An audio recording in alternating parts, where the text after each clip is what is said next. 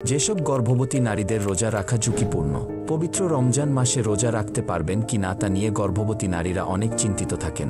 কারণ গর্ভস্থ শিশুর মেধা বিকাশ ও বেড়ে ওঠা অনেকাংশে নির্ভর করে হবু মায়ের সঠিক পুষ্টিপ্রাপ্তির উপর। ইসলামিক স্কলারদের মতানুযায়ী রোজা রাখার ব্যাপারে গর্ভবতীদের কোনো নিষেধাজ্ঞা বা বাধ্যবাধকতা নেই। যদি কোনো গর্ভবতী নারী ফিজিক্যালি ও মেন্টালি ফিট থাকে তাহলে সে রোজা রাখতে পারবে, তবে এক্ষেত্রে অবশ্যই সবার আগে একজন বিশেষজ্ঞ চিকিৎসকের পরামর্শ নিতে হবে। গাইনি বিশেষজ্ঞদের মতে রোজা রাখার ব্যাপারে দুটি বিষয়ে বিশেষ খেয়াল রাখতে হবে, তা হলো প্রথমত প্রেগন্যান্সির কোন পর্যায়ে আছেন, দ্বিতীয়ত তার অ্যাসোসিয়েটেড কোনো রিস্ক ফ্যাক্টর আছে কিনা। প্রেগন্যান্সির প্রথম পর্যায়ে সাধারণত বাচ্চাদের বৃদ্ধি হয়। এ সময় নানা শারীরিক সমস্যা দেখা দেয়, তাই এ সময় রোজা না রাখাই ভালো। আর যদি তার ডায়াবেটিস, উচ্চ রক্তচাপ, অ্যানিমিয়ার মতো সমস্যা থাকে তাহলে বিভিন্ন জটিলতা আসতে পারে, সেক্ষেত্রেও রোজা না রাখাই ভালো। গর্ভবতী নারীরা যদি রোজা রাখেন তাহলে তাদের অবশ্যই শান্ত, ধীরস্থির হতে হবে। তাদের পারিপার্শ্বিক সব কাজের মধ্যে ব্যালেন্স রাখতে হবে।